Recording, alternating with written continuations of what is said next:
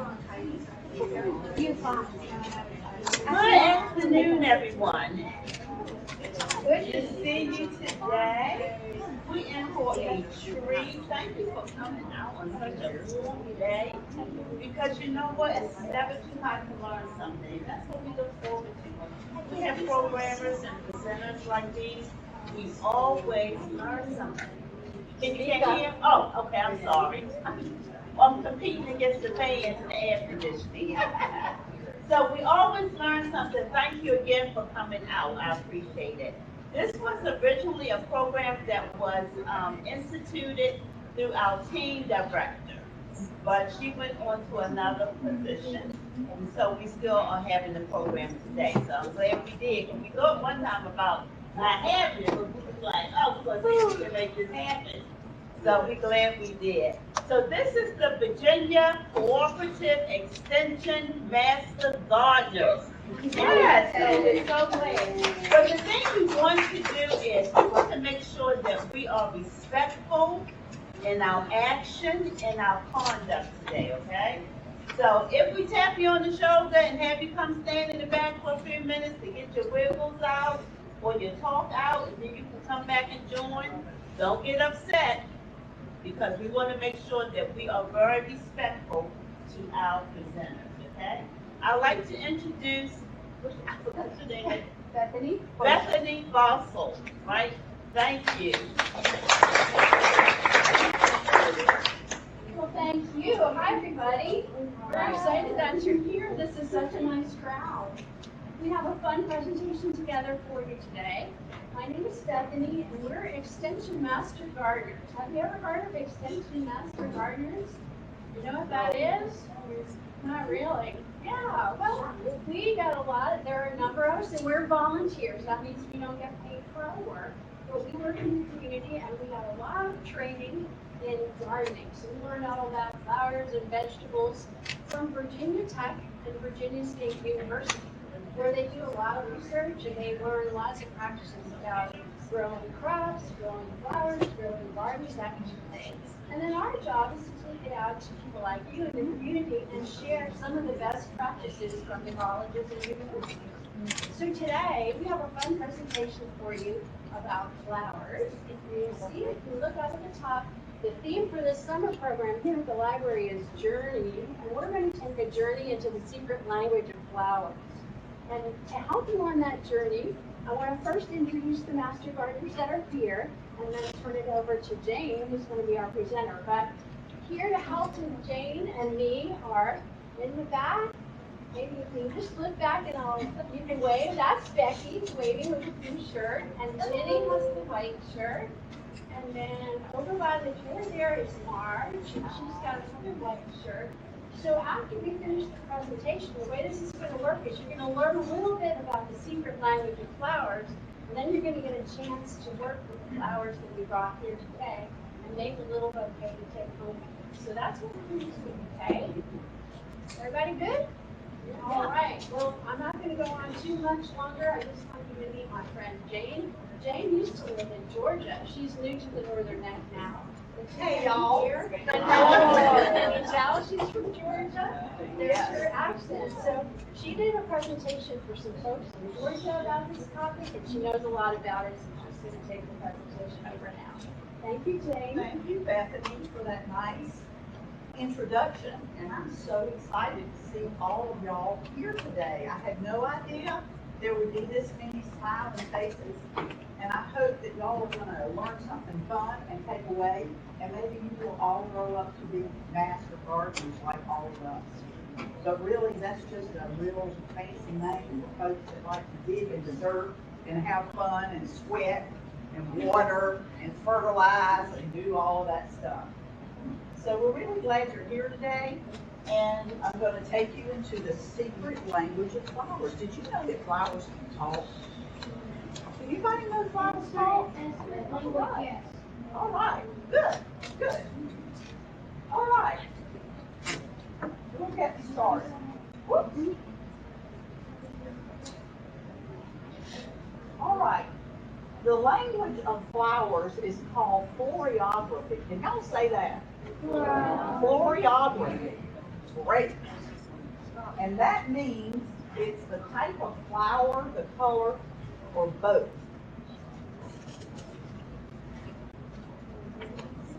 This language of flowers has been practiced for thousands of years by many cultures throughout Europe, Asia, and Africa. And some flowers derive symbolism from myths and legends. In 1800s Victorian England, this was a popular pastime among men and women because men generally would give flowers to their suitor, somebody, maybe their mother, but they would give the flowers and they took on a meaning after a while, different colors, different kinds. So it's been going on a long time. The flowers derived messages that couldn't be spoken out loud, inappropriate to show emotion, because back in those days, people were more restricted with their thoughts and words than we are today in modern America. Answers to questions: yes, if flowers were given with the right hand, and no, if left was used. In other words, if a person wanted to give a flower, a young man, to a lady that he thought he would really like, he would be handing it over with the right hand, but she might take it with the left hand. Meaning, no, I don't really like you. So given upside down indicated the opposite meaning of the flower. So people have been messing with flowers for a really long time. Tussie-mussies, or word posies. They're small bouquets of fragrant flowers and herbs. 14th century tusmos, meaning was a bunch of flowers, or mosey or mussy, meaning damp moss used for keeping the items moist, worn to cover bad odors, poor sanitation, and limited means of bathing back then. People would rub the oils from the flowers or put them in their hair or maybe wear them as a pin to disguise the odors from their bodies. Homes often grew herbs or nosegay gardens, and over time these bouquets became fashion accessories. And this is what we're going to make today at the end of my presentation. You all are going to make a tussie-mussie. All right, tussie-mussies are tiny vases or posy holders attached to a blouse, pinned in a hair, or on dresses. They later became large bridal bouquets or bridal flowers, and usually are cone-shaped. And that's what we're going to have today. Y'all aren't hearing me. I'm not loud enough. You want nice and loud. Is that real loud? That's much better. better. Okay. All right, back in the 1800s, where the person wore the tussie-mussie meant something. So if this young lady right here took this tussie-mussie and pinned it over her heart, it meant that the man or the boy that gave it to her, she loved him. Now, if she took that and pinned it in the middle of her dress, she just was friendly with him.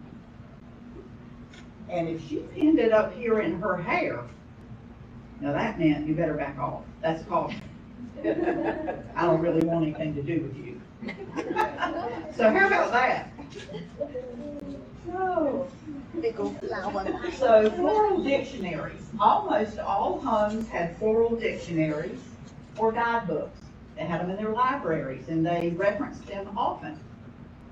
Often beautiful illustrations, descriptions of the flower's meanings, and poetry that went along with what that flower meant.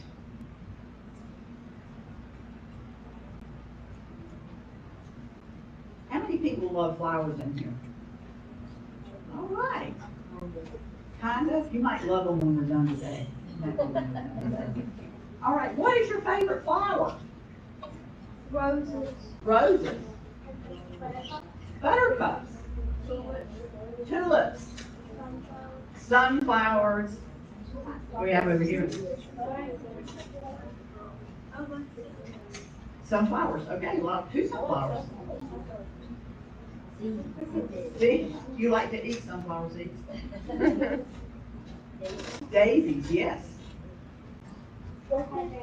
Hydrangeas are fabulous, aren't they? Orchids.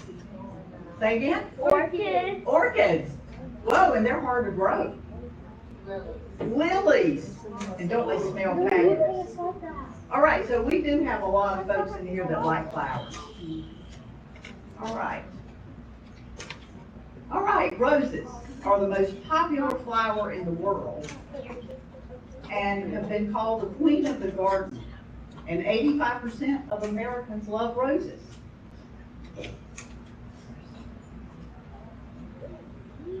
The favorite flowers for young girls tend to be in the pink family. Light pinks, dark pinks, hot pinks. They are symbols of a mother's care or a mother's love. And did you know that all states in the United States have, and Washington DC, have their own flowers they're known as the state flower? All right. The state flowers are selected because they are relevant to the state's history, because the flowers grow there, or both. We all live in the Commonwealth of Virginia, and we are the only state with the same state tree in the flower, and that's the dogwood, the flowering dogwood. And it was chosen because Thomas Jefferson grew the American dogwood on the grounds of Monticello in the 1770s.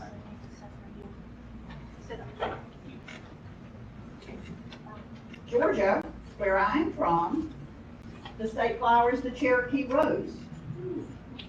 And the Cherokee rose is the symbol of removal of the Cherokee Indians in 1838 out of the state, known as the Trail of Tears. The white petals for the Cherokee clans and yellow, the white petals stood for the clan of Cherokee Indians, and the yellow center represents the gold that was stolen. Because in Georgia, in North Georgia, there's gold in the mountains there, and the government decided that they needed that, so they removed the Cherokee Indians a long, long time ago out of the state so that they could dig for the gold. And it says that everywhere a flower bloomed represented a tear from the Cherokee Nation that was forced to leave their homeland. So that's sort of a sad story about that flower. In Idaho, it is known as the syringa shrub.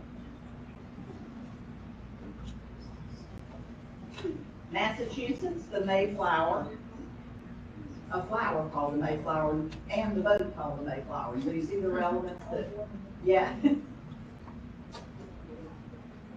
Flowers chosen because they grow there. In Florida, it's the orange blossom. Hawaii, the yellow hibiscus. Maine has the white pine cone and tassel. Kansas has the sunflower, for those that love the sunflowers. Arizona, the saguaro cactus, and California is the California poppy. Virginia and North Carolina have the dogwood. Maryland has the black-eyed Susan. Delaware, peach blossom. New Jersey is the violet. Also Rhode Island, Illinois, and Wisconsin have the violet as their state flower. In the mid-Atlantic states, the Pennsylvania mountain laurel. The District of Columbia is a rose. Alabama, the camellia. Alaska has the forget-me-nots. And this is a whole list of all the states with their flowers. Does anybody have somebody in another state that you would like to? Does somebody live maybe where back there? What state? Georgia. Georgia. Well, we did the Cherokee rose. Yes, that's it's a pretty big topic when in like elementary school and stuff when started talking about state history. Yes. Yes. Actually, there's still in Georgia, they had the Cherokees received the rights to identify themselves as an independent nation for a time. And so in like North Georgia, where the gold was, there's a pretty, at least for the area, relatively dense Native American Cherokee culture, and you'll be able to meet a lot of Native American Cherokee people there if you were to visit. Right. Thank you. Yes, ma'am. Louisiana. Okay. The magnolia is the state flower for Louisiana. Utah. The sago lily. Anybody else has some? Okay. The most common flowers are the red rose, and it represents love and passion. So what happens on Valentine's Day? They sell out of red roses out of all the florists in the world because everyone is sending the people they love red roses. An orange rose symbolizes energy, enthusiasm, and fascination. Yellow rose, friendship and joy. Blue rose, mystery and uniqueness. Now, I don't know about y'all, but I've never seen a blue rose. Y'all seen a blue rose? That would be really different. Y'all saw blue roses? All right. A lavender rose means wonder and enchantment. Pink rose, elegance and sweetness. Peach rose, sincerity and gratitude. A white rose, young love and innocence. An ivory rose, grace and charm. The Gerbera daisy means happiness. Sunflowers, good fortune or I adore you. Marigolds, lost love or rejection, also remembering the dead. Red tulips, believe me. And these are all the different colors of tulips and what they mean. Yellow, cheery personality, a nice smile or pleasant. Cream colored, eternal love. White means forgive me, good intentions. Purple, leadership or royalty. Pink means friendship. Orange, I want to be with you. And variegated, beautiful eyes. The gardenia means you have a crush on someone if you give them a gardenia flower or a gardenia bush. They smell heavenly. The daisy means innocence and purity.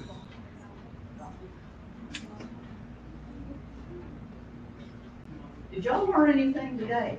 Yeah. All right. So now, after that presentation, Bethany is going to come up here and we're going to instruct y'all how to make your Tussie Mussy out of all the flowers that we brought. How many flowers did we bring? We had a lot. I think there must be 20. There are 20? Lots of different flowers. Yes. Yes.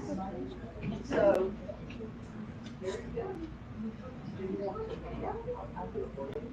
Okay, so next then, we're gonna have some fun making your own Tussie Mussy. So the first thing you have to think about is if this is a bouquet that has some meaning to it, who's it gonna go to?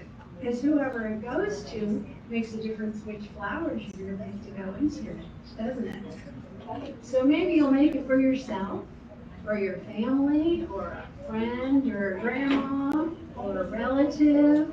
We have enough for everybody to do one to start, but then you want to think about what you want them to say. You know, what do you want the flowers to say to that person?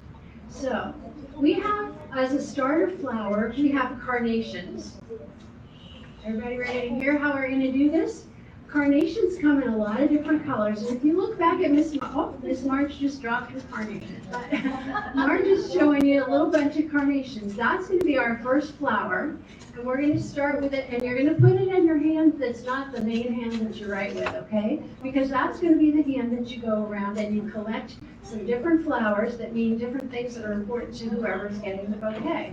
All right, so you're going to make a tussy mussy, collecting little flowers. We have carnations in yellow, red, pink, we have blue chrysanthemums, and all of them mean something different. So when you go to the table, you're going to need to look at the sign, see what the flower is, and see what it means. Some of them are happy meanings, good meanings, and others aren't that great. I didn't bring too many of the orange lilies, because you know what that means? Hatred. Who would you get? Why would you make a hate bouquet for somebody? So I didn't think you were going to make many of them today. I put mostly happy meanings in your flowers that we're going to use today. And then it's not just the flowers, but it's also the green stuff, like the leaves. We have some very pretty leaves back there. Some of them are herbs that you can eat. Some of them have smell to them. And all of the different greens have a different meaning to them. So we're going to put a few greens in. First we'll get our flowers, then we'll collect a couple of greens and we'll make a nice little bunch in our hand. Probably you'll want to go with about maybe 3 flowers or so to get started, and then you'll pick some greens to stuff in with them. Okay, listen up, here's what you're going to do next. After you collect your flowers in a bunch in your hand, girls, are you going to be able to do this if I'm not there helping you? Okay. Then you're going to put a little rubber band around the top. We're going to slide into a doily, which is a little lacy thing to make it look like this Victorian bouquets that you saw. We're also going to have little tags for you, and we have colored pencils and we have markers. And on the tags, you want to write what the flower is and what the meaning is so that you remember it when you take it home to give to the person that you made the bouquet for. So you'll have a little bit of time to write the meaning of the flowers, and then you'll get a pretty bow that will help you to tie on to match with it. So that's what we have planned. Does that sort of make sense to you? We'll see when we get there. Now, there's a lot of you, so you're going to have to go in a line. And what we envision is, do you see Miss Becky back there with the blue shirt? She's got the carnations, and she'll be starting you. So we'll get in a line, and you'll start with Miss Becky. But while you're waiting for her, spread around the table in a circle, and start reading all the different kinds of flowers that are there and what they mean, and be thinking about what you want to put with your carnations when you get there, okay? Does that make sense? And I'll say that by each one, there's a note, and it gives the name of the flower and what it means. So if you get to one and you're not sure, just ask us and we'll be able to help you understand what that is and how to say the name of the flower. Okay. All right? Good. That sounds good. And then our next step is, you take it along home with you when you go, give it to your family or your friend, or maybe you enjoy it yourself. And because you'll be finishing up and then you'll be leaving, we may not get a chance to tell you that we really appreciated you coming today and thank you for joining us. So now if we can just, if you have stuff with you, you can leave it on your chair. We'll just very peacefully get up and make a line around the table in a circle, and Miss Becky will start to give you your carnations. You look at the colors that you want and let her know. I'm gonna get some shots of them. I'm gonna get some shots of them working, but yeah, if they want to at the end.